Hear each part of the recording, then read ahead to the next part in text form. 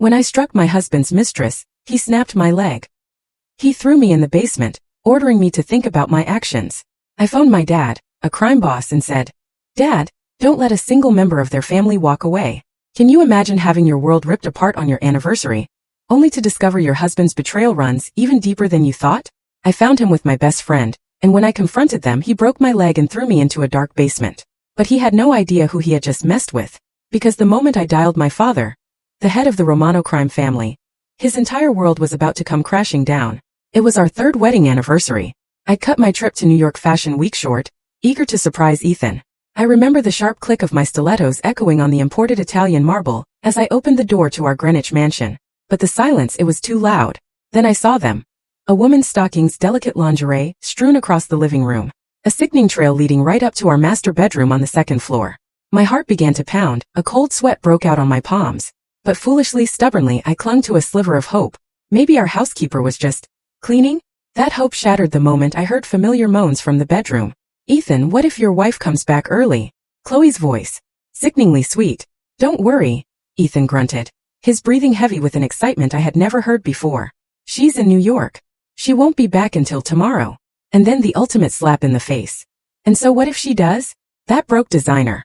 "I'm the one who pays for everything anyway." I stood outside that door, my entire body trembling. Chloe Vance, my best friend from college, in my bed, with my husband.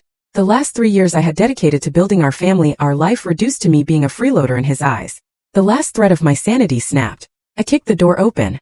The horrific sight of two pale bodies tangled together burned into my eyes. Ethan scrambled off Chloe. She screamed, pulling the sheets over herself, but a provocative smirk lingered on her face. Oh, the audacity. "Sophia, listen to me." Ethan started, trying to play it off.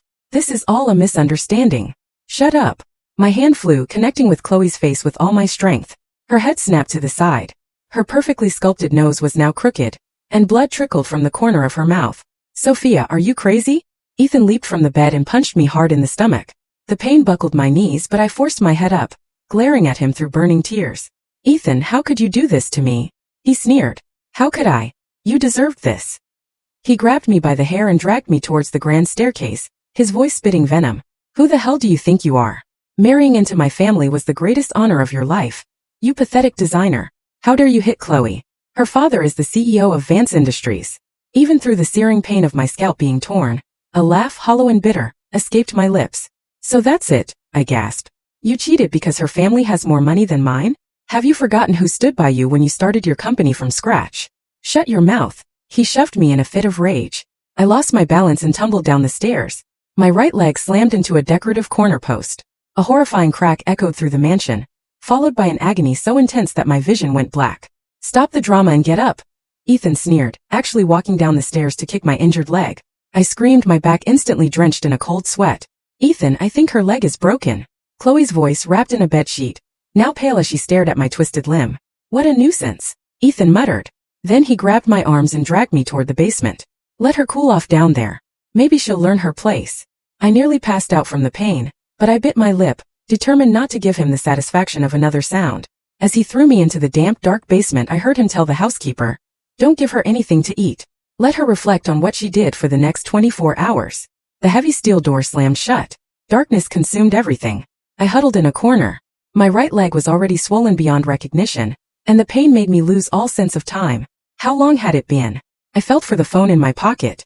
Miraculously, it wasn't broken. At the very bottom of my contacts list was a number I hadn't touched in 20 years, saved under a single word, Dad. I pressed the call button. After 3 rings, a low, authoritative voice answered. "Yeah. Dad." My voice was a raw, broken whisper. "It's me, Sophia." Silence stretched for a few seconds. Then I heard the sound of a chair crashing to the floor, followed by an urgent voice. "Sophia, where are you? What happened?" "My husband. He broke my leg and he locked me in the basement." Each word was like swallowing glass. "Dad, help me. Send me your address. I'll be there in 10 minutes. Before the line went dead, I heard him yelling to get the car ready. With trembling hands, I sent my location. And then suddenly I started to laugh. I laughed until tears streamed down my face. Ethan, that fool. He thought I was just some ordinary designer. He had no idea who my father was. My mother had told me on her deathbed. My father was Vincenzo Romano, the don of the syndicate, a crime family that held sway not just over New York, but across the country. My mother hadn't wanted me to be part of that life. So she left him and raised me alone.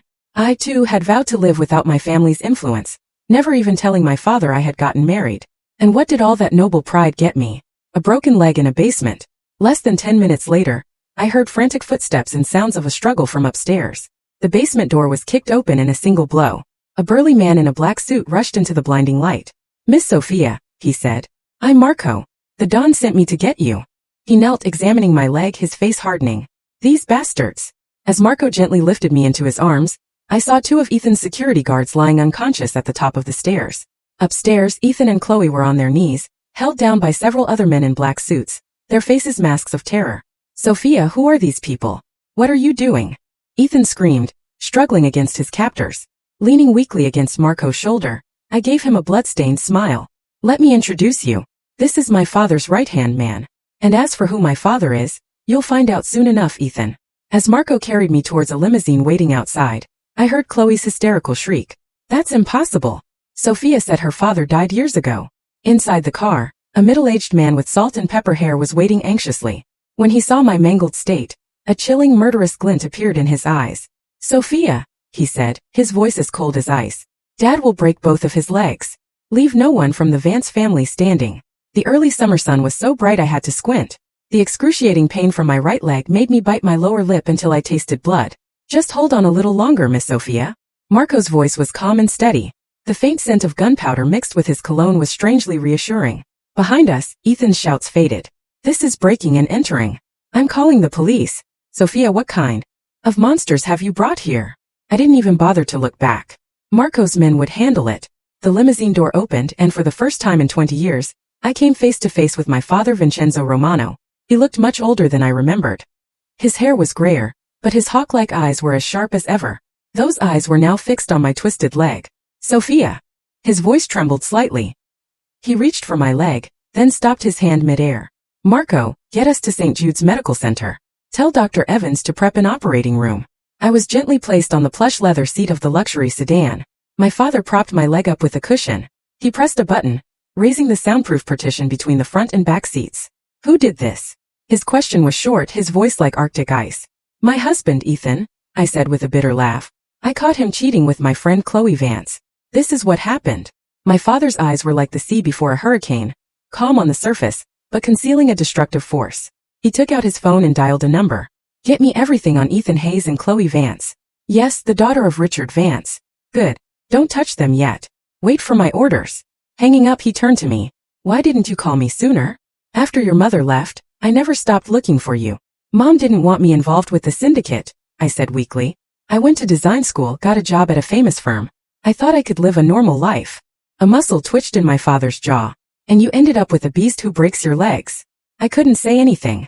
The city skyline blurred past the window, just like the last 3 foolish years of my marriage.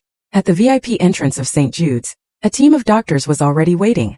Dr. Evans, one of the top orthopedic surgeons in the country, personally pushed my gurney into the elevator. My father held my hand the entire way to the operating room. His hand was rough but warm. The surgery was a success. When I woke up, I was in a hospital suite that looked like a 5-star hotel room.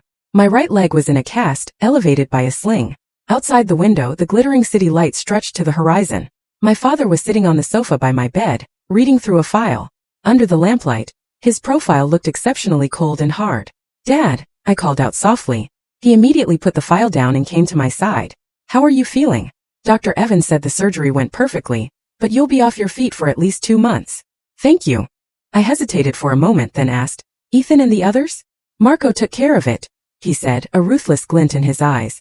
"Your husband thought we were just some street thugs screaming about pressing charges." I let out a laugh, then winced as the pain flared up. That fool Ethan. He had no idea who he had crossed. The syndicate wasn't just a gang. It was a shadow power that moved pieces in politics and business across the country. Even high-ranking government officials trod carefully around my father. "Sophia, I want to hear what you think," my father said softly, sitting beside me. The syndicate's way, Ethan Hayes would be at the bottom of the Hudson River by now. I closed my eyes. I remembered the day I first met Ethan 3 years ago.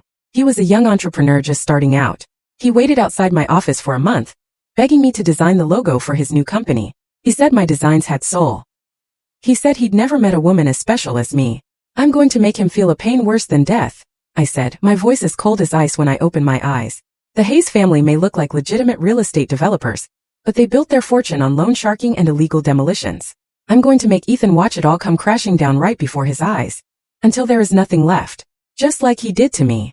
A satisfied smile touched my father's lips. He pulled a thick file from his suit jacket. Perfect timing. My people just found out the Hayes family is betting everything on a bid for the new East River development project. Their bid is full of inflated numbers. He flipped through the pages, pointing to one. And what's more interesting is that your husband embezzled $3 million of company funds to launder at a casino in Atlantic City. He still hasn't filled that hole. I took the file. My heart started to race. This evidence alone was enough to send Ethan to prison. Enough to make Hayes' construction stock plummet. Dad, I need time, I said, taking a deep breath. I'm going to pretend to forgive him. I'll go back to that house and gather more evidence. It's too dangerous, my father said, frowning. Please, I insisted, taking his hand. I need to destroy him with my own hands. After a long silence, my father finally nodded. All right, but Marco will be by your side 24/7. He pressed the call button and Marco, who had been waiting outside, entered the room. From this day on, my life belongs to Miss Sophia, Marco said, kneeling on one knee and presenting me with a specially made satellite phone. Miss Sophia, my direct line and the Don's emergency numbers are saved in here. If you're in any danger, press this red button. We'll be there in under 3 minutes. I took the phone. Its heavy weight felt like the key to a new life. A few days later, a terrified-looking Ethan appeared at my hospital room door. His suit was wrinkled and dark circles hung under his eyes. He clearly hadn't slept in days. Sophia. His voice trembled. He was holding a pathetic bouquet of carnations. I had no idea your father was Don Vincenzo Romano. I composed my face into a look of weary forgiveness. It's my fault too, Ethan. I shouldn't have hit Chloe. Ethan rushed to my bedside as if I'd thrown him a lifeline. Sophia. Does this mean you forgive me? I must have been out of my mind. It was all Chloe's fault. She seduced me. I swear it will never happen again. His clumsy acting made me want to throw up the soup I'd had for breakfast. But the play had to go on. You've already gotten an earful from my father, haven't you? Let's just put this behind us, I said softly. When I get out of here, we can start over, okay? Ethan nodded frantically, unable to hide his relief. He had no idea that as he held my hand with his phony sincerity, a hidden camera in the room was recording his every expression.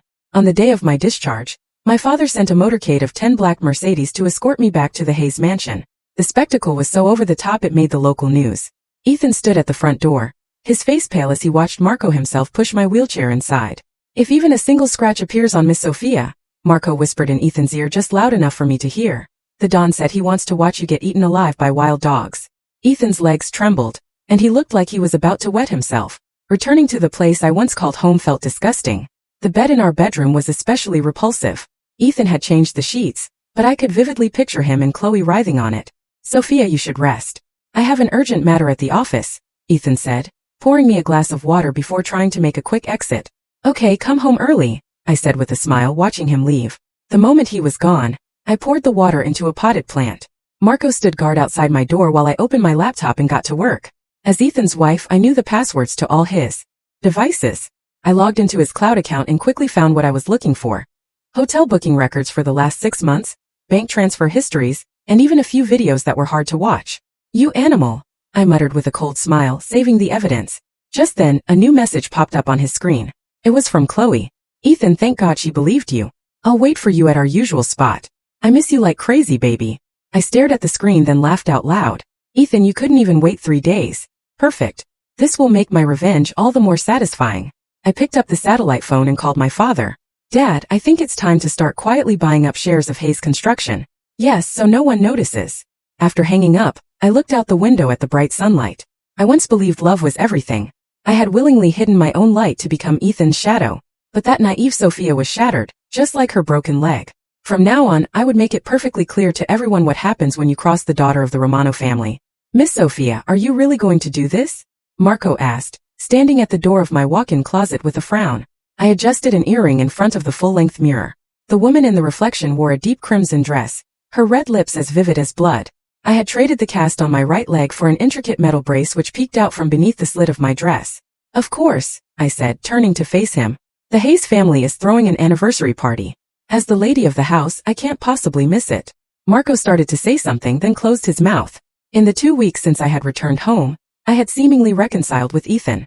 But behind the scenes, using my father's connections, I had already acquired 3% of Hayes Construction stock, and was in contact with 2 minority shareholders willing to sell. My phone vibrated. It was a message from my father.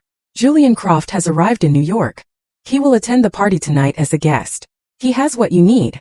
The corner of my mouth lifted into a slight smile. Julian Croft, the son of my father's old friend, a financial prodigy from Wall Street. He was the man in charge of the syndicate's legitimate investments.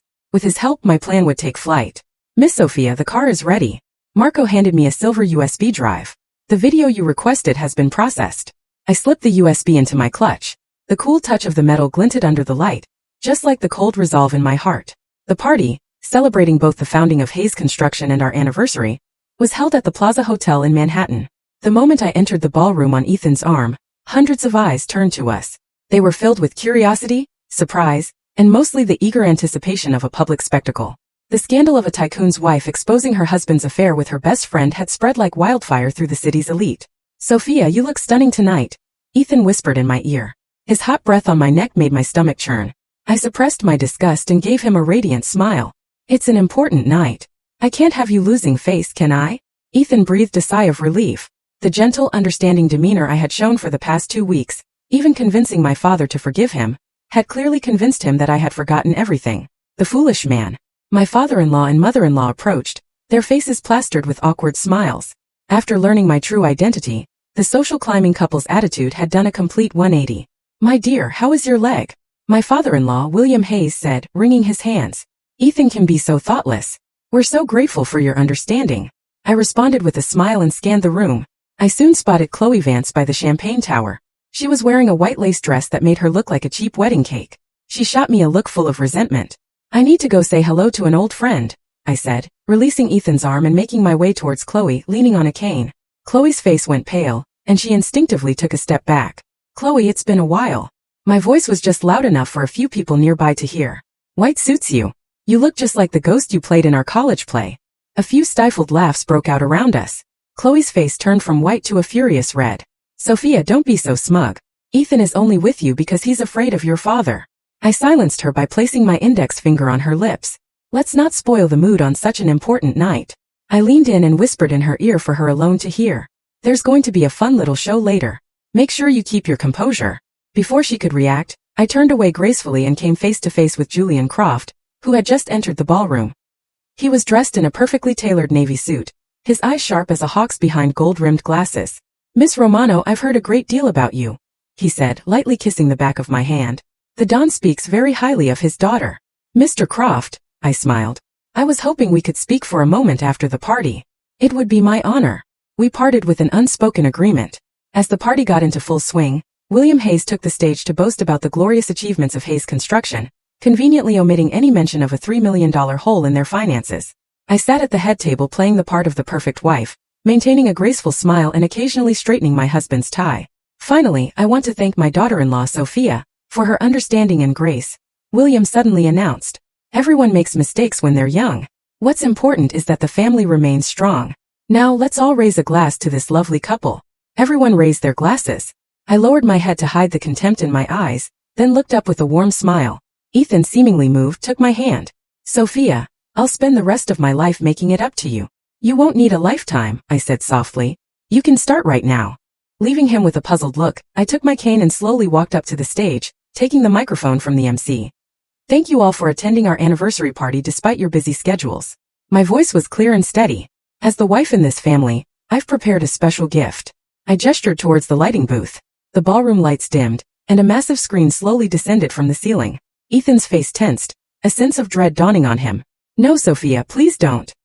He tried to rush the stage to stop me, but Marco appeared behind him, his hand clamping down on Ethan's shoulder like a vice, holding him in place. "Enjoy the show, darling," I said, pressing a button on the remote. The high-definition screen lit up with a crystal-clear video of Ethan and Chloe writhing on my marital bed, complete with graphic audio. A date stamp in the bottom right corner showed it was filmed while I was in the hospital with my broken leg. They couldn't even wait 3 days. The ballroom erupted into chaos. Chloe screamed and ran for the exit but was blocked by security. My father-in-law's face turned ashen, and my mother-in-law fainted on the spot. "But that's just the beginning," I announced, switching the screen. Bank statements and casino surveillance footage appeared. My husband embezzled $3 million of company money to gamble in Atlantic City, which caused the East River Development project to stall, leaving hundreds of displaced residents on the streets. Finally, I played an audio recording of Ethan on the phone with the head of a demolition crew. I don't care if one or two of them die. The important thing is that the site is cleared by tomorrow. The ballroom fell dead silent. I walked step by step towards the ashen-faced Ethan. For 3 years of our marriage, I secured 7 major projects for you. My designs won awards and raised Hayes Construction stock price by 30%. My voice was quiet but sharp as a razor. And what you gave me in return was betrayal, violence, and humiliation. Ethan's legs gave out, and he collapsed to his knees. Sophia, I'm so sorry. I was wrong, but I forgive you. I suddenly raised my voice, turning to the stunned guests. Because I am just that loving of a wife. The room buzzed with confusion once more. My father-in-law, as if granted a pardon, scrambled onto the stage and snatched the microphone. It's a misunderstanding. It's all a misunderstanding. As you can see, my daughter-in-law has forgiven my son. Now everyone, please enjoy the party. I descended from the stage gracefully, walking through a sea of complicated stairs toward the corner where Julian Croft was waiting. He handed me a glass of champagne, his eyes behind his glasses shining with admiration. A magnificent debut almost. It's just the beginning, I said, taking a sip. Did you bring the files? Julian produced a folder from his briefcase. The complete shareholding structure of Hayes Construction, and their real financial statements from the last 3 years. They're much more interesting than what's been made public. I opened the folder. My pupils contracted. The company's actual debt was more than 3 times the reported amount, and a massive sum of money had vanished through a series of shell corporations. This is more than enough for a short sale. More than enough, Julian smiled. I've already contacted 3 firms that specialize in short selling. They're just waiting for your signal. The party continued in a bizarre atmosphere. Ethan followed me around like a kicked dog, endlessly begging for my forgiveness. I maintained a dignified smile the entire time, looking for all the world like a gracious wife embracing her wayward husband. My dear William Hayes pulled me aside, wiping the sweat from his brow. The board of directors. Don't worry, father, I said, affectionately taking his arm. I've already told my father to halt his purchase of Hayes Construction stock.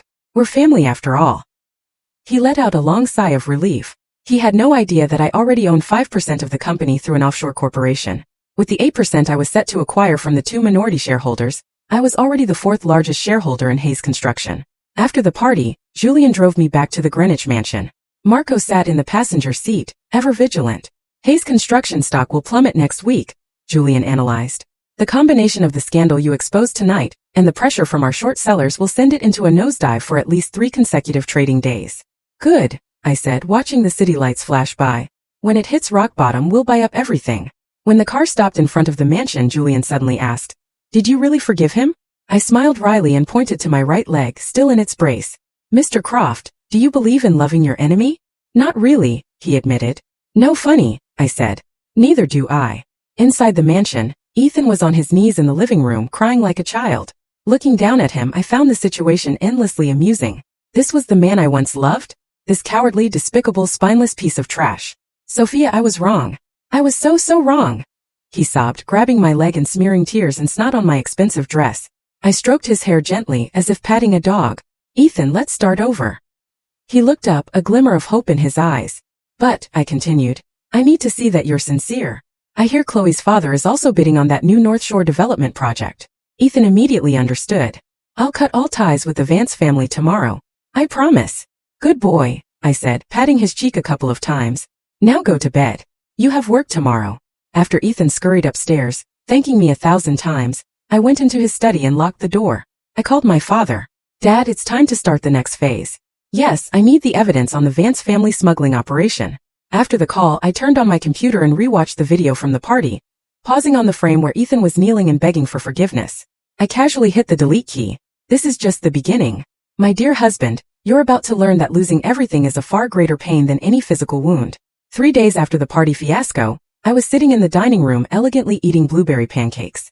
My leg brace had been replaced with a much lighter model. Ethan came down the stairs, his tie askew and dark circles under his eyes. Coffee, I offered, pushing a steaming latte towards him. He eyed the cup with suspicion and refused. No thanks. I have an urgent meeting. I shrugged and took a sip myself. Ethan's recent behavior was quite amusing. In public he was subservient, but when we were alone he wouldn't even touch food that I had handled. Marco's warning had clearly been effective. Oh, by the way, I called out as he was about to leave. There's a charity auction at the club in Soho tonight. I donated that Patek Philippe watch of yours. You don't mind, right? Ethan's face stiffened. But that watch was my grandfather's. I know. It's a limited edition, I said with a sweet smile. Which means it will sell for a much higher price. It's already been announced to the press. Young heir of Hayes Construction donates family heirloom to help the less fortunate. It's great PR. He clenched and unclenching his fists, then forced a smile that was more like a grimace. Of course I don't mind. As I watched him flee, I checked the security camera feed on my phone. The moment Ethan got into his car, he was frantically making a call. 10 to 1 he was complaining to Chloe. Though they had supposedly cut ties after the party, they were clearly still in contact. My phone vibrated. It was a message from Julian. Short sellers are ready. Hayes Construction stock hit limit down at market open this morning. A satisfied smile spread across my face. The party video had been leaked online, and the hashtag Hayes cover-up scandal was trending nationwide. The board had requested a trading halt, but it was too late to stop the freefall. Marco appeared silently at the dining room door. Miss Sophia, the car is ready. I have a checkup at the hospital first. Then we're going to that private investigator my father recommended. In the hospital corridor I ran into an unexpected person. Chloe. She was wearing sunglasses and a mask, cautiously exiting the obstetrics and gynecology clinic. I quickly ducked around a corner and discreetly took a photo of her receipt as she paid. Positive pregnancy test. Zooming in on the photo I couldn't help but laugh. It seemed Ethan's groveling at the party had borne fruit after all. A little devil was truly growing inside Chloe's belly. After my checkup, I had Marco drive to a rundown office building on the outskirts of the city. The elevator took us to the top floor. The doors opened to an office crammed with electronic equipment. A skinny man in a plaid shirt was staring intently at 6 monitors simultaneously. Miss Sophia, they call me Kay, he said without turning around. I've got everything the Don asked me to find right here. Kay played several surveillance videos. They showed Ethan and Chloe enjoying a rendezvous at a motel on the edge of town just yesterday afternoon. And here's something more interesting. Kay switched screens. Now it showed Chloe's father, Richard Vance, and Ethan's father, William Hayes, meeting secretly at an exclusive cigar lounge. They meet here regularly. On the 15th of every month, have been for at least 5 years.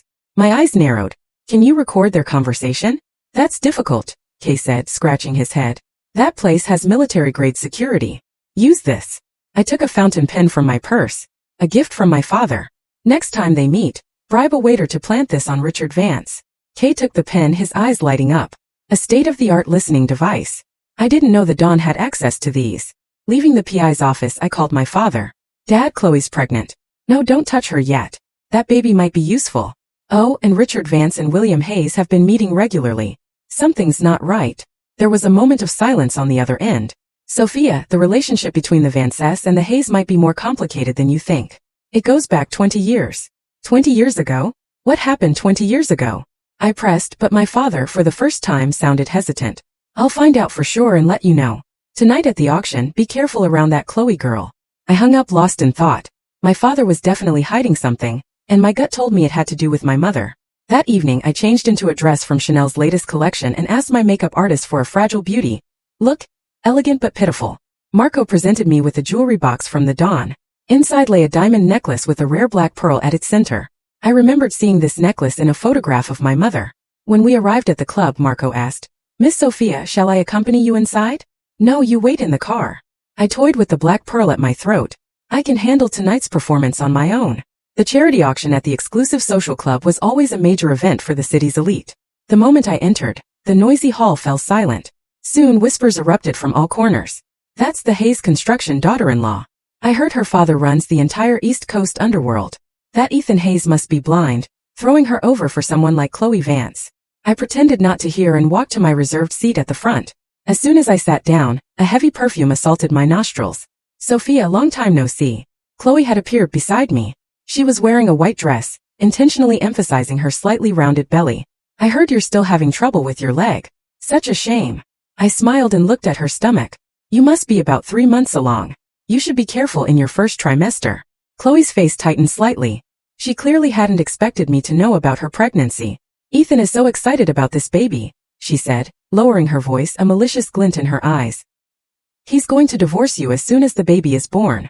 Is that so? I took a tablet out of my clutch and played a video. Then what do you make of this conversation from yesterday afternoon?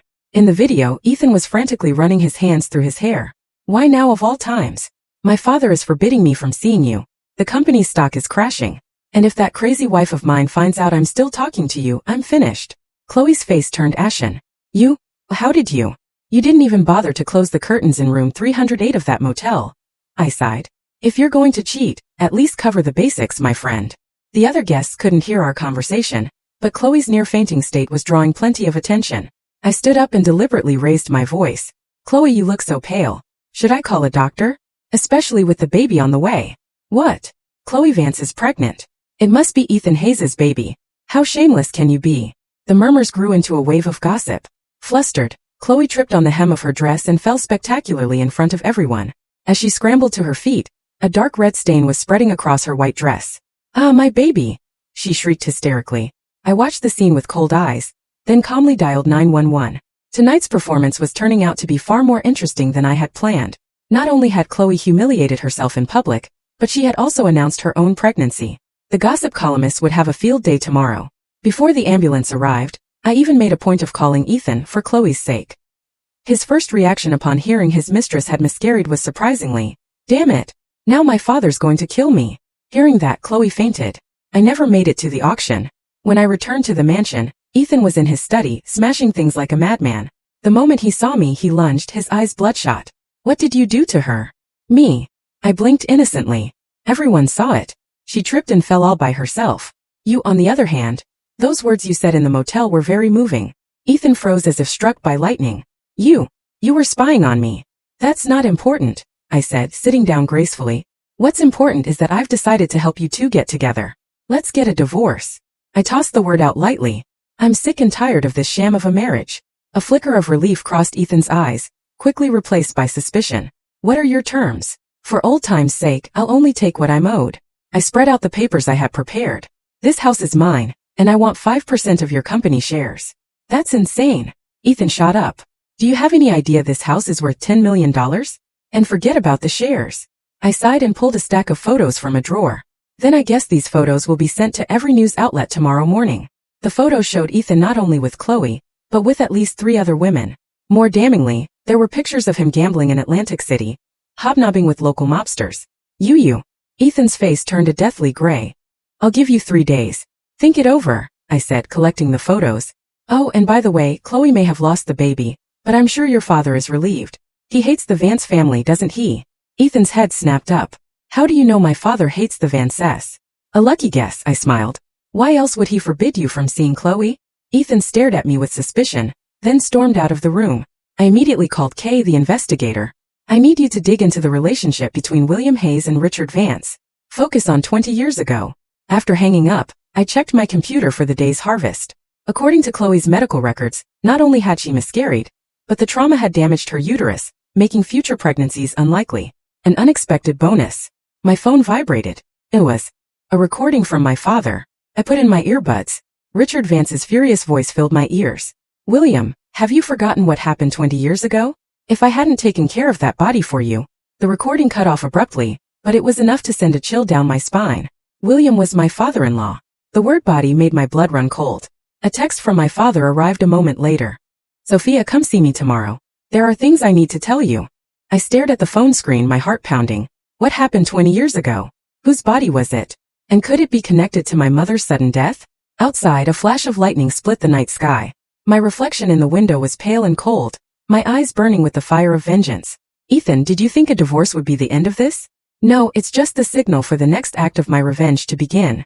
My father's estate was nestled deep within a bamboo forest on the outskirts of New York. A high wall surrounded the property, with 2 men in black suits standing guard at the gate. During the entire drive with Marco, I couldn't stop thinking about that recording. "Took care of that body." Those words were like thorns in my mind. "We're here, Miss Sophia," Marco said softly. I took a deep breath and opened the car door. My father was in the garden practicing Tai Chi. Each movement was deliberate and powerful, belying his age. "Sophia." He stopped and gestured for me to follow him inside. "Is your leg better? I can walk without the cane now." I followed him into his study. The rich scent of cigars and old leather filled the air. The room was exactly as I remembered it, right down to the celadon vase my mother had cherished, still in its place. My father retrieved a yellowed envelope from his safe, his expression heavy. 25 years ago, when your mother left me, she was already pregnant with you." "I know," I nodded. "But you don't know why she left." He pushed a faded photograph across the desk towards me. "Look at this man." In the photo, a younger William Hayes stood with a stranger in front of a construction site. They were holding champagne glasses, and a banner in the background read, "Breaking ceremony for Hayes Construction." The stranger had his arm around William's shoulder, smiling broadly. "Who is this?" I frowned. "Christopher Vance, Richard Vance's younger brother." My father's voice was ice. "And the man who murdered your mother." I dug my nails into my palms. What happened back then? William Hayes and the Vance family were running a redevelopment project together, using illegal demolition tactics. Someone died in the process. Christopher Vance beat a protester to death. My father produced another document. Your mother happened to capture proof of it on film, and was going to go to the police. The document contained several blurry photos. Christopher Vance was holding a steel pipe, and a bloodied protester lay on the ground. The date on the photo was 1 week before my mother's death. Christopher found out and went after her. My father's voice trembled slightly. By the time I got there, it was too late. I stared at the photo, my vision blurring. The truth I had been told, that my mother died in an accidental fall when I was 5, was a horrific lie. The police had closed the case so quickly because the Hayes and Vance families had pulled strings. What about Christopher Vance? My voice was a raw whisper. "Dead," my father sneered. "Died in a car accident 3 days after the funeral." I looked up sharply, and the look in my father's eyes told me it was no accident. "William Hayes and Richard Vance covered everything up," my father said, gathering the documents. "I've been collecting evidence for years, but their roots in politics and business run too deep. Until you married Ethan Hayes." I finally understood my father's silence. "You were waiting for me to find out the truth. I didn't want you to be blinded by revenge," he sighed. "But now you have your own reasons to seek it." I stood up and walked to the window. The bamboo forest swayed in the wind, sounding like the whispers of 1,000 ghosts. My gentle mother, who had taught me to paint, had met such a brutal end. "Dad, they have to pay the price in blood," I said, turning back to him, my voice strangely calm. "Not just Ethan, but the entire Hayes and Vance families." A look of satisfaction crossed my father's eyes. "Do you have a plan?" "First, we need to make them turn on each other." I opened my phone to a report Julian had just sent. The defective steel rebar used in the Hayes Construction East River project was supplied by a shell company controlled by Richard Vance. My father's eyes gleamed. "You're trying to drive a wedge between them." "The media is already prepped," I said, glancing at my watch. "In an hour, the news about the East River project's potential collapse will be front-page financial news." My father poured me a glass of whiskey. "As for Richard Vance, I've already tipped off customs about his smuggling containers. They're making their move tonight." Our glasses clinked. In that moment, I was truly my father's daughter. No longer the foolish woman who cried within the confines of her marriage. As I was leaving the estate, Marco handed me a file. "Miss Sophia, Kay found these internal documents from Hayes Construction." I skimmed through the confidential files, a smile playing on my lips. Ethan's embezzlement was far worse than I had thought. He hadn't just lost money gambling. He had forged board meeting minutes to secretly mortgage the company's core assets. "Marco, change of plans. Take me to the Hayes Construction headquarters," I said suddenly. "It's time to pay my dear husband a visit." In the top floor boardroom of the Hayes Construction building, an emergency board meeting was underway. Through a secretary loyal to my father, I was getting a live feed of the meeting. "The East River collapse is an accident. The media is exaggerating." I could hear Ethan's frantic voice through my earpiece. "The most urgent thing now is to stabilize the stock price." "Mr. Hayes, the problem isn't just the media," came an older man's voice. It was Mr. Chun, a veteran board member. "The safety inspection report just came in. All the materials failed. The supplier is an affiliate of Vance Industries." "How do you explain that?" "I had no knowledge of this," Ethan stammered. "That was the procurement department's." "And your cousin runs the procurement department, doesn't he?" Mr. Chun said coldly. "The board is demanding a full audit, including the whereabouts of that $3 million you spent." I heard the sound of a glass shattering, followed by Ethan's furious shout. I took out my earpiece and happily rode the elevator to the top floor. When I opened the boardroom door, every director turned to look at me. Ethan was standing at the head of the table, his face ashen, his tie crooked. He looked like a defeated rooster. "I apologize for the interruption," I said with a smile, walking towards an empty seat. It was a seat my father had secured for me through his shell company's shares.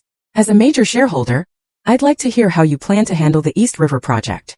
Ethan's eyes widened as if they would pop out of his head. "How did you?" "Mrs. Hayes, you may not be aware," Mr. Chun said, standing to greet me. "But our initial investigation suggests this was caused by faulty materials, and the supplier is closely linked to Vance Industries." "Oh, what a coincidence," I said, feigning surprise. "My father just received a tip that Customs is raiding a Vance Industries smuggling warehouse tonight." The boardroom descended into chaos. The directors whispered amongst themselves, some already pulling out their phones. Ethan's face was gray. He knew better than anyone about the dirty deals between his company and Vance Industries. "Gentlemen," I raised my voice. I propose we form an independent investigation committee to thoroughly examine all transactions between our company and Vance Industries. Furthermore, given Mr. Hayes' recent instability, I move that his duties as CEO be temporarily suspended. You crazy bitch. Ethan lunged at me but was restrained by security. Calm down, darling, I said softly. This is for your own good. Just imagine if those loan documents from the Atlantic City Casino and the papers mortgaging company assets were to be made public. Ethan froze as if choked. He finally realized the cards I held were far more than just proof of his affair. The board passed my motions with an overwhelming majority. As I left the building, the sky was stained a blood red, like the impending fate of the city's power structure. My phone vibrated. It was a message from Julian. Short sale successful. Hayes Construction stock down 60%. Acquired 11% of outstanding shares. A moment later, a text from my father arrived. Customs raid successful. Richard Vance in custody for questioning. I let out a long breath and got into the waiting car.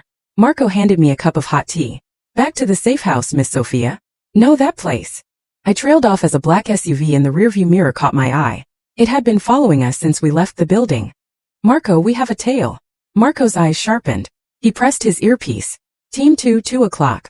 Black Range Rover, license plate, New York 8 Charles Thomas 2134. Run it. Less than a minute later the reply came. Plate is a fake, but we got a facial scan from inside the vehicle. It's the head of security for Hayes Construction. Ethan's men, I murmured, my eyes narrowing. When a dog is cornered it bites. Lose them and take me to the safe house. Marco wrenched the wheel, and the car swerved into a narrow alley. The SUV followed close behind. The two cars engaged in a silent chase through the evening traffic of downtown Manhattan. Hold on, Miss Sophia, Marco said, pressing a red button on the console. A thick cloud of smoke erupted from the back of our car.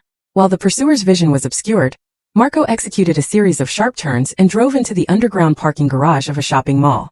We switched to a prepositioned car and smoothly exited through the rear entrance. I could see the SUV still circling the garage entrance. Ethan is starting to suspect you, Marco's voice was grim. Should I have the Don send men to take care of him? No, I sneered. Let him. It's time to show Ethan that I'm not an easy target. The safe house was a discreet penthouse my father kept in Tribeca. The first thing I did was open my laptop to check the latest news. The financial channels were all abuzz with the Hayes Construction scandal. #Hayes cover-up was trending on social media. Even more interesting was the rumor spreading like wildfire that Richard Vance had been taken into custody. Whispers suggested he was smuggling not just luxury goods, but drugs and weapons. Vance Industries' website was down, and their stock was frozen. My phone rang. It was Ethan. I let it ring 10 times before answering. Sophia, this was you, wasn't it? His voice was broken. From the background noise, he was in a bar. I don't know what you're talking about, darling, I said, putting him on speakerphone as I continued to review documents. Don't play dumb. The board meeting, the stock price, the Vances. This is all you're doing. What the hell do you want? He screamed hysterically. I want to know what it feels like to lose everything. My voice was as light as a feather. Just like you made me feel. There was a moment of silence, then the sound of shattering glass, followed by Ethan's roar. You just wait, you evil bitch. I'm going to make you suffer a fate worse than death. The line went dead. I shook my head and called Julian. Keep buying up Hayes Construction stock and start a rumor that Richard Vance is going to sell all his shares to pay the fines for his smuggling case. Already on it, Julian said with a laugh. And we've discovered a secret Swiss bank account belonging to William Hayes. A regular amount has been deposited every month for the last 5 years. The recipient is Chloe Vance. This unexpected information made me raise an eyebrow. My father-in-law was sending Chloe money every month?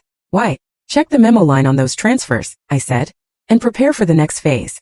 We're going to send William Hayes a very big birthday present. Hanging up, I walked to the window. The night was inky black, but in the distance, the lights of the Hayes Construction building still shone brightly. But by tomorrow's sunrise, the owner of that building might change. Ethan, did you think breaking my leg would be the end of it? No. I'm going to break the very backbone of your entire family. The night before William Hayes' 60th birthday party, I was in my dressing room trying on a champagne-colored gown that beautifully accentuated my waist. The scar on my right leg was now just a faint line. Marco knocked and entered, holding a velvet jewelry box. From the Don, he said. He said it would go well with your dress tomorrow. Inside was a diamond necklace. At its center was a rare red diamond, glowing like a drop of blood. I recognized this gem. It was my mother's favorite. Where is my father? I touched the red diamond. It was cold as ice. He is waiting for you in the study. Mr. Croft is also there. I threw on a robe and walked barefoot to the study. When I opened the door, my father and Julian were discussing something over a set of architectural blueprints. Julian was in a crisp suit, his eyes sharp behind his gold-rimmed glasses. He gave a slight nod as I entered. "Ms. Romano, Sophia, come look at this." My father called me over. The blueprints were for the East River project, but instead of the luxury condos they had advertised, the actual plan showed a densely packed complex of small apartments. The floor area ratio far exceeded regulations, and the green space was cut in half. "So William was deceiving the city," I said. Julian pointed to a seal in the corner of the blueprint. "This is the final version, and construction has already begun. If this gets out, the entire project will be issued a demolition order. Hayes Construction stands to lose at least $2 billion. My father handed me a USB drive. "Your birthday gift for tomorrow is ready." But there's something even more interesting. I plugged the USB into my computer. Bank statements filled the screen. From William's Swiss account, over $100,000 had been transferred to Chloe Vance every month, consistently for the past 3 years. The memo line always read discretion, but the most recent transfer was labeled medical bills. The date was the day after Chloe's miscarriage. "My father-in-law knew Chloe was pregnant," I said, frowning. Julian opened another file. "That's not all. According to Chloe's medical records, Ethan was on a business trip to Africa at the time of conception. The timeline doesn't match." My eyes widened.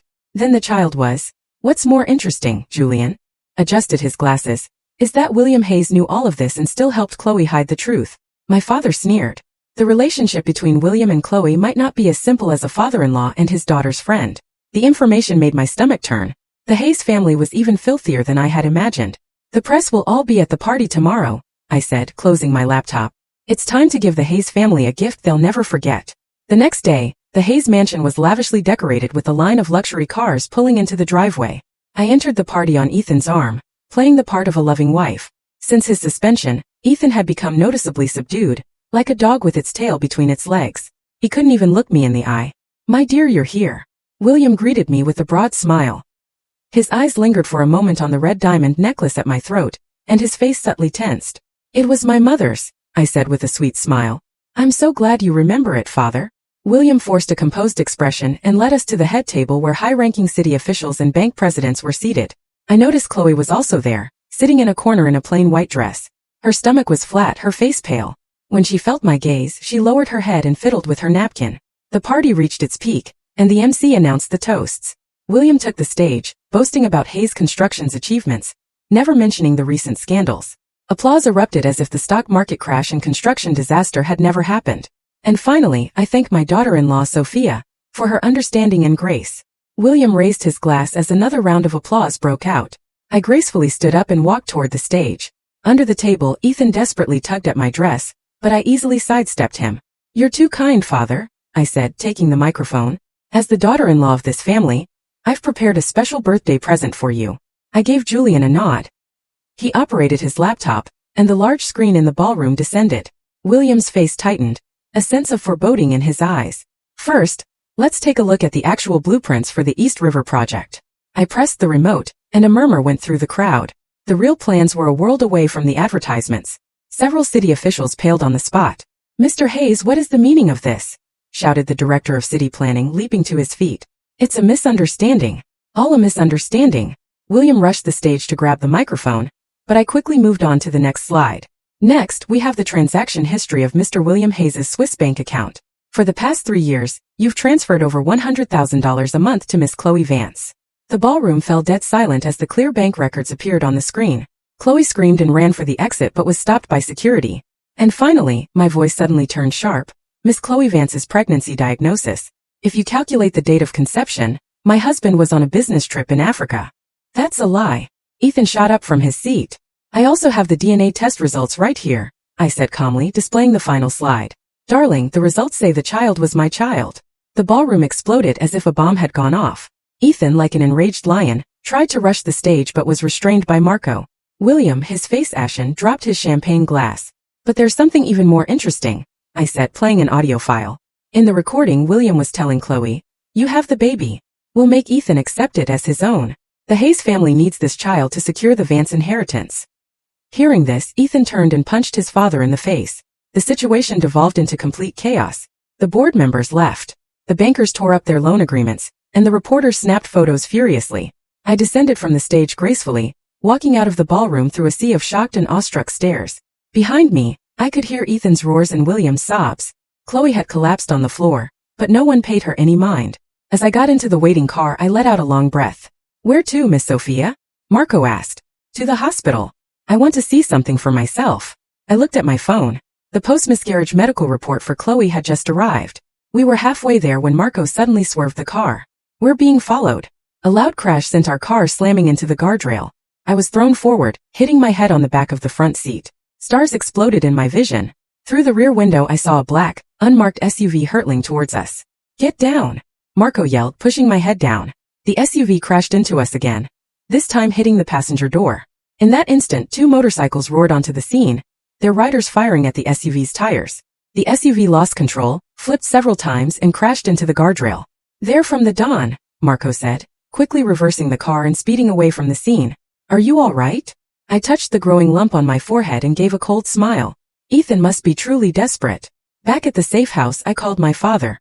Dad, Ethan sent people after me. No, I'm fine. I handled it. After the call, I checked the security footage from the Hayes mansion. As expected, Ethan and Chloe were having a violent argument. This is all your fault. Now that bitch knows everything. We're finished. Ethan screamed. Chloe sneered back. Your father didn't seem to think so when he was sleeping with me. All you Hayes men are the same. Shut up. Ethan lunged and began to choke her. I could kill you. Chloe struggled, then grabbed a fruit knife from the table and slashed Ethan across the face. He screamed and let go, and she used the chance to flee the room. I turned off the feed, lost in thought. This dogfight was more entertaining than I'd anticipated. Just then Julian called. Sophia, the emergency board meeting is over. Ethan has been officially fired, and William Hayes was admitted to the hospital with a heart attack.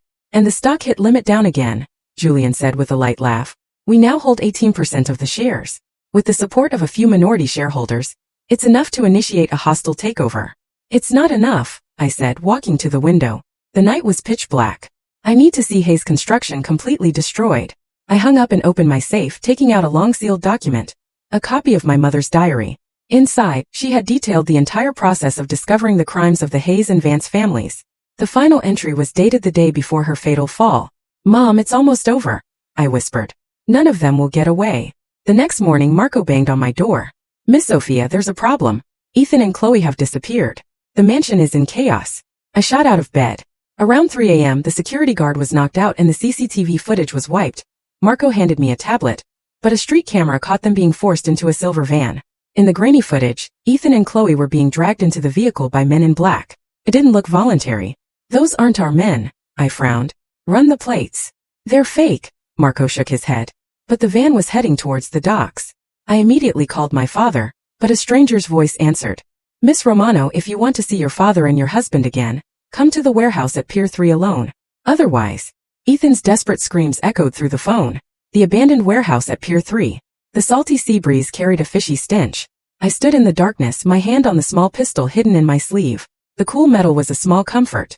Marco and 6 of my men were positioned around the perimeter, ready to move in. Recon complete, Miss Sophia. Marco's voice came through my earpiece. 2 guards at the front door, 2 at the back. Total of 4 outside. Don't recognize their faces. Not local. For heat signatures inside. 2 standing. 2 seated. One of the seated figures matches the Don's build. I took a deep breath. Proceed as planned. 5 minutes later, I heard a series of dull thuds from the back of the warehouse, followed by the sound of bodies hitting the ground. I took that as my cue, approached the front door, and deliberately stepped on a piece of broken glass. Who's there? A tense voice called from inside. It's Sophia Romano. You told me to come alone. The steel door creaked open, and the muzzle of a gun was pressed to my forehead. The man holding it was a brute with a nasty scar under his left eye. Pat her down, he ordered. I calmly raised my hands and allowed another man to search me. They took my phone and wallet, but missed the blade in my boot and the pistol up my sleeve. Get in. The scarred man shoved me inside. The warehouse was dark and damp, lit by a single bare bulb hanging from the ceiling. A man in a black trench coat sat with his back to me. On either side of him stood armed guards. On the floor, Ethan and Chloe were huddled together, hands tied and mouths gagged, their faces bruised and bloody. My father was nowhere to be seen. Miss Romano, I've heard a lot about you, the man in the trench coat said, slowly turning around. I didn't recognize him. He was in his early 40s with a hooked nose and a long scar that ran from his cheek down to his neck. Where is my father? I asked bluntly. The man grinned, revealing yellow teeth. Don Romano is perfectly safe. Relax. I brought you here to make a deal. What kind of deal? The territories left behind by the Hayes and Vance families, he said. expertly flipping a butterfly knife between his fingers. You did a very thorough job cleaning house, Miss Romano. Our boss was very impressed. And who is your boss? That's not important. He stood and walked over to Ethan, lightly tracing his cheek with the tip of the knife. What's important is that we can work together.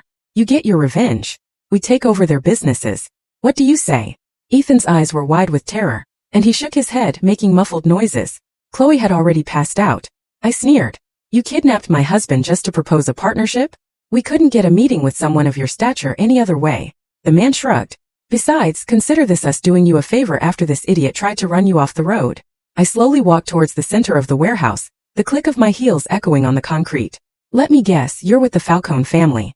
I hear you've been losing a lot of business to my father lately. The man's face tightened, and his knife flipping faltered. You're well informed, Miss Romano. That's not all. I stopped about 10 feet from him. I also know about the shipment you're bringing into this pier tonight. I believe an anonymous tip has already been made to customs. You bitch. The man lunged at me with the knife.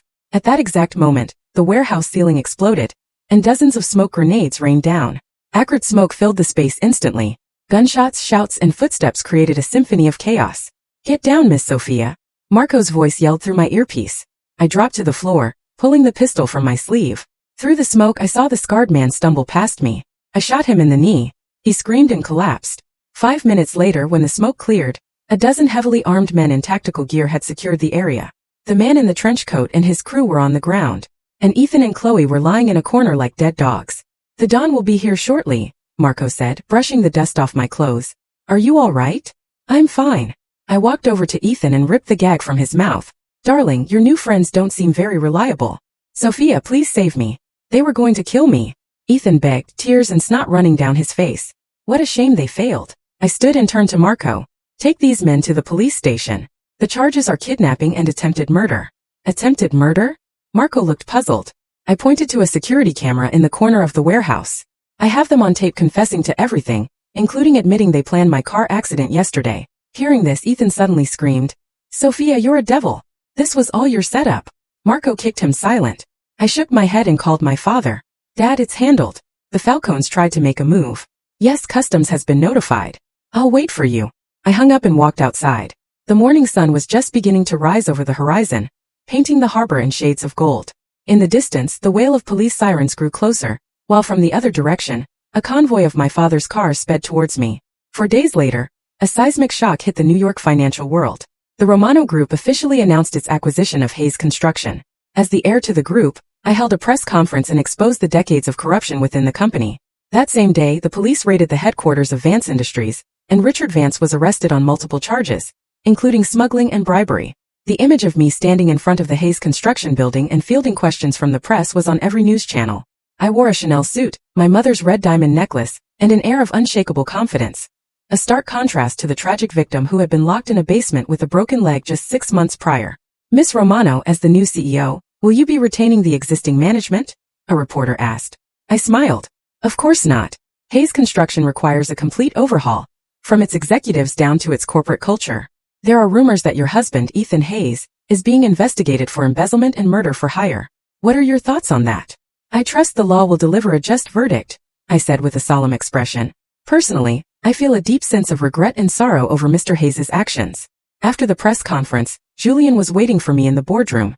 Sophia, here are the final acquisition papers. All they need is your signature. I glanced through the documents, then looked up at him. Julian, why are you helping me? Is it just because of my father?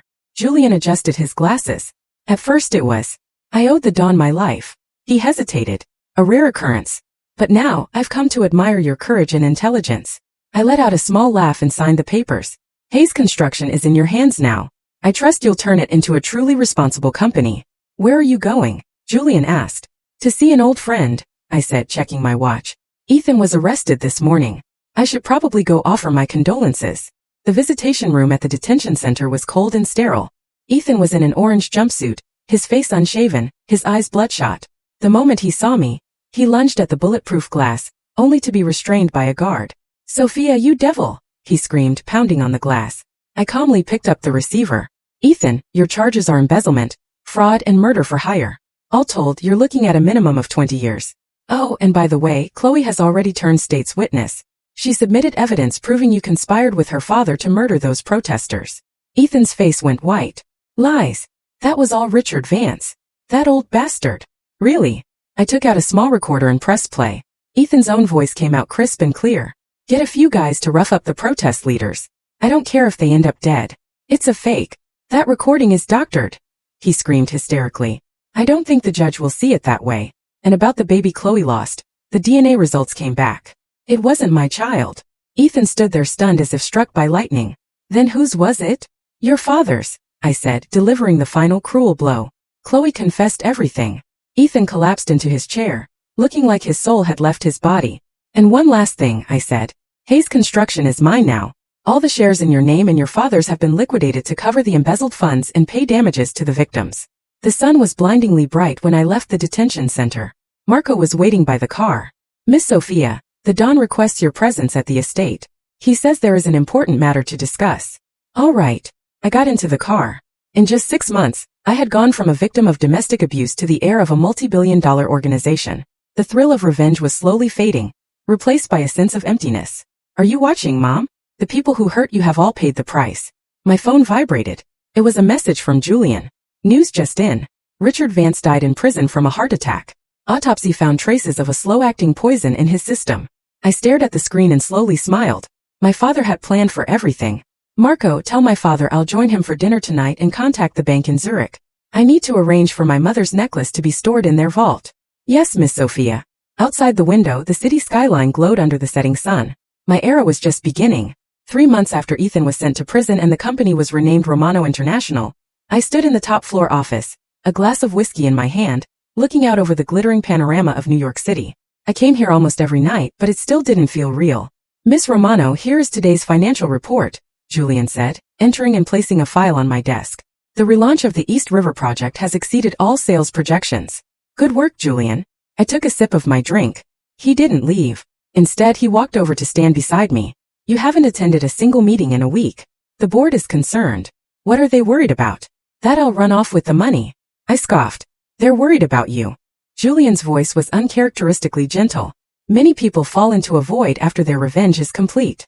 I finally turned to look at him. He wasn't wearing his glasses.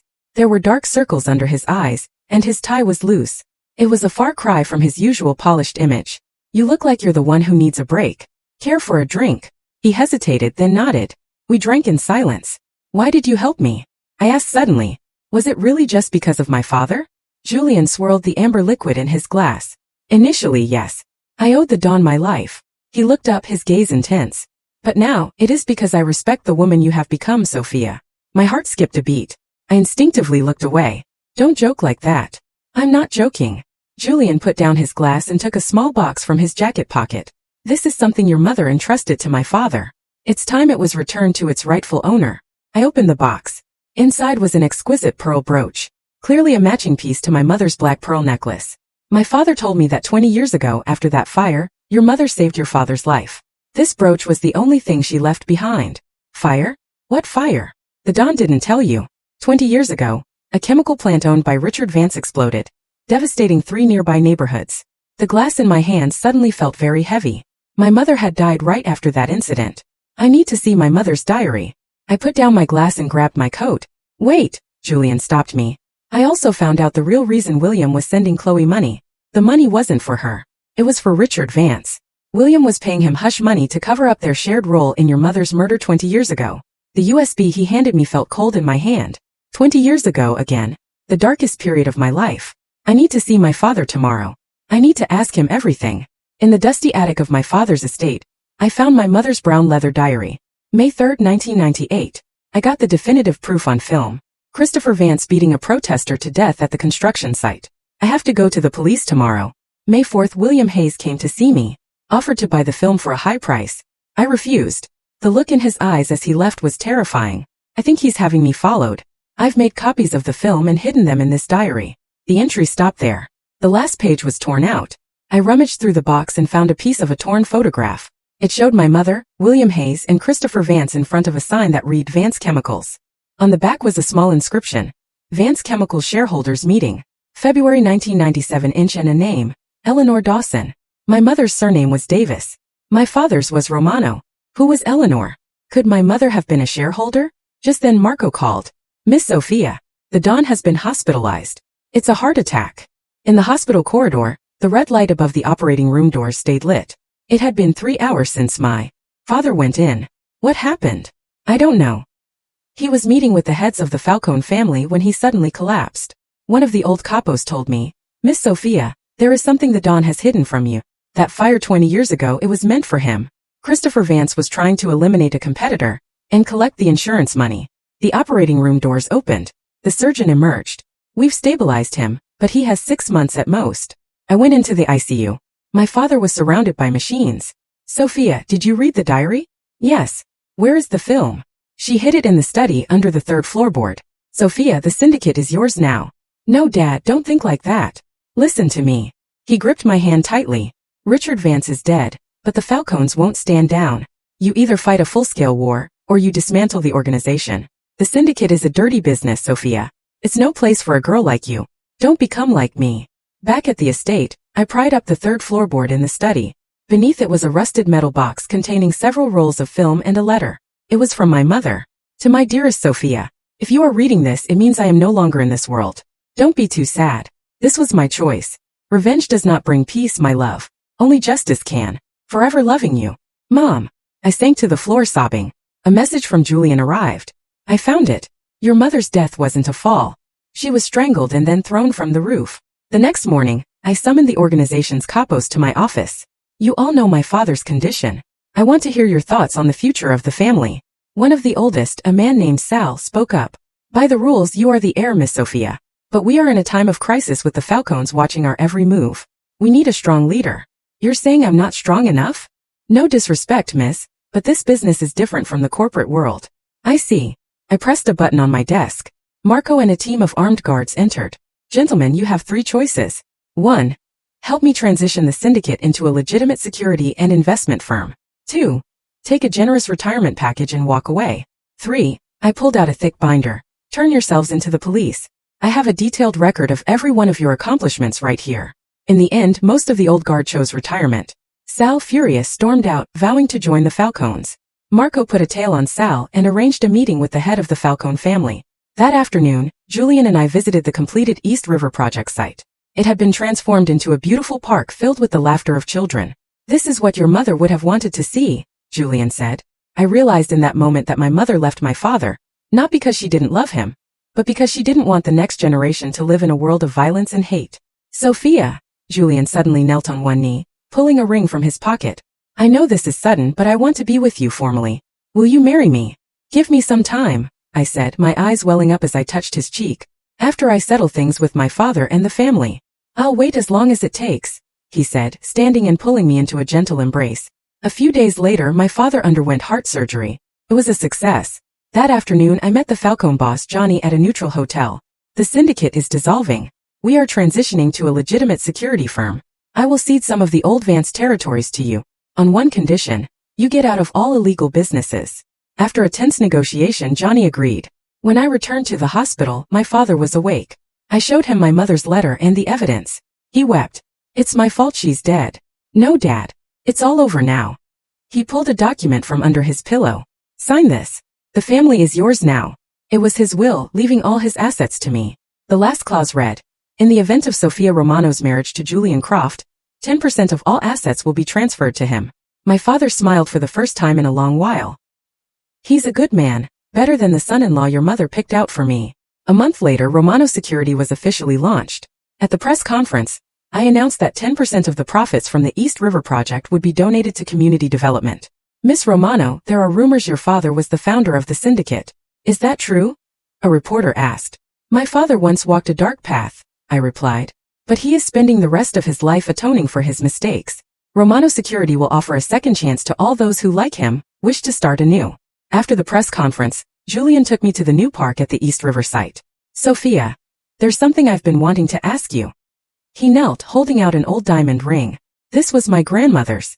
She told me to give it to the woman who could help me end our family's painful history. I thought of my mother's letter. Asterisk revenge does not bring peace. Only justice can. Asterisk yes, I whispered. But on one condition. I want to turn the top floor of the Romano International building into a children's library, named after my mother. Julian slipped the ring on my finger and kissed my hand. Of course. At our wedding, my father walked me down the aisle. At the end of the aisle, Julian waited for me, his eyes full of love. I had tied my mother's black pearl brooch to my bouquet. On our honeymoon, I whispered to Julian, I think I'm pregnant. If it's a girl, I want to name her Lily after my mother. Julian held me tight. Thank you, Sophia, for breaking this endless cycle of hate. In the distance, the dawn of a new day was breaking. My mother's pearls shone under the starlight, like a final period at the end of a long sentence, and the beginning of a new one. So what do you think? What would you have done in my place? I'd really love to hear your thoughts in the comments below.